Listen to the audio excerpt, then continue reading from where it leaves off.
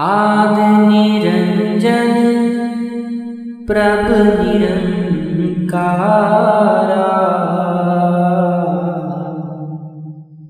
सब में वर्ते आप निराला। संगत जी, आज बाबा जी ने ब्यास में सत्संग फरमाया है। आज बाबा जी ने पांचवीं पातशाही जी की बानी आदि निरंजन प्रभ निरंकारा पर सत्संग फरमाया है। सत्संग की शुरुआत में बाबा जी ने फरमाया कि ये गुरु घर की बानी है। पांचवीं पातशाही जी हमें इस शब्द के ज़रिए समझा रहे हैं कि भक्ति किसकी करनी है और भक्ति का कौन सा साधन अपनाना है। अब हम सब में मालिक की भक्ति करने की इच्छा तो होती है, लेकिन जब तक हमें ये नहीं पता चलेगा कि भक्ति करनी किसकी है तो हम आगे कैसे बढ़ पाएंगे। अब अलग अलग समय पर अलग अलग संत महात्मा आए। आपने उस वक़्त की कमज़ोरियों को देखकर कुछ साधनों को ज़्यादा अहम समझा। अब उन संत महात्मा के जाने के बाद हमने उनकी शिक्षा को एक चार दीवारी में बंद कर दिया, इसलिए धर्म बन गए, मज़हब बन गए। अगर हमने उनकी शिक्षा पर ध्यान दिया होता तो आज हमने कभी भी अपने आप को इन धर्मों में नहीं बांटना था। आज तक किसी भी धर्म ने ये नहीं कहा कि मालिक दो हैं या तीन।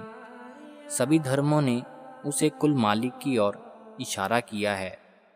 पलटू साहिब फरमाते हैं, पलटू एक ही एक है, दूसर ना ही कोई। बाबा जी ने आगे फरमाया कि गुरु घर ने भी यही समझाया था कि हों तिसकी आस कर मन मेरे, जो सबना का स्वामी।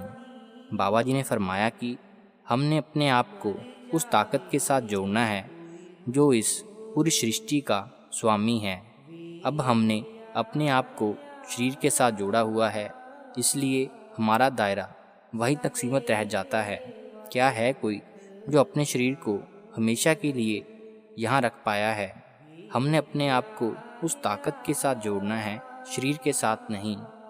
फिर शब्द में अगली तुक आती है, वर्ण जात चिन्ह नहीं कोई, सब हुक्मे श्रेष्ठ उपायदा। बाबा जी ने समझाया कि जब हम छोटे थे हमने खिलौनों को बांटना शुरू कर दिया।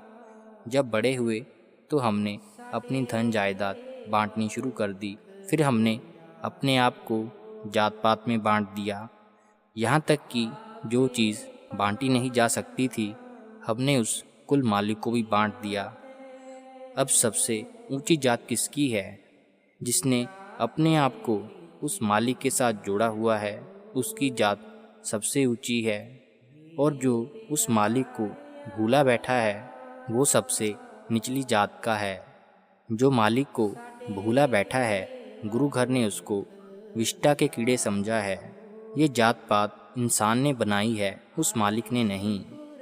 जब ये जात पात बनाई गई थी तो ये कामों के आधार पर बनाई गई थी, ना कि किसी धर्म को लेकर।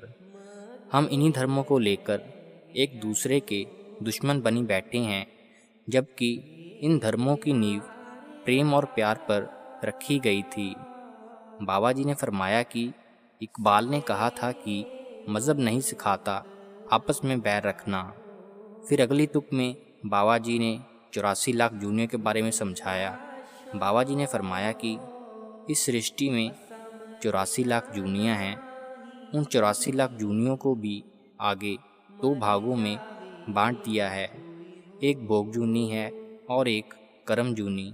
अब जो इंसानी जामा है इसमें हम कर्मों का भुगतान भी दे रहे हैं और नए कर्म भी बना रहे हैं। बाकी जो जूनियाँ हैं वो भोग जूनियाँ हैं। अब मालिक ने इंसान को विवेक की ताकत बख्शी थी ताकि ये अपना भला और बुरा पहचान सके। अब इसने भला बुरा तो क्या पहचानना था, गलत चीज़ों को मांगकर बैठ गया और कर्म कांड में फंसकर रह गया। इंसान हर वक्त अपनी अवस्था बेहतर बनाने में लगा हुआ है। जो सबसे अहम चीज़ है हमारी भजन बंदगी, उसको ये भूला बैठा है।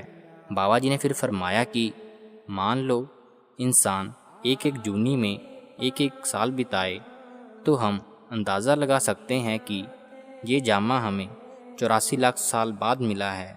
हम तो सोच ही नहीं सकते कि मालिक ने हम पर कितनी बख्शिश की है, लेकिन इंसान फिर मांगने पर लगा हुआ है। हम तो मंगते बनकर रह गए हैं। फिर आगे बाबा जी ने कर्मों को लेकर समझाया कि कर्म चाहे अच्छे हों या बुरे, हमें मुक्ति नहीं दिला सकते। जब तक हम भजन बंदगी करके अपने आप को उस मालिक के सुपुर्द नहीं करेंगे, हमें मुक्ति नहीं मिलेगी। अच्छे कर्म होंगे तो अगले जन्म में अच्छी अवस्था मिल जाएगी, और बुरे कर्म करेंगे तो उसका भी हिसाब देना पड़ेगा।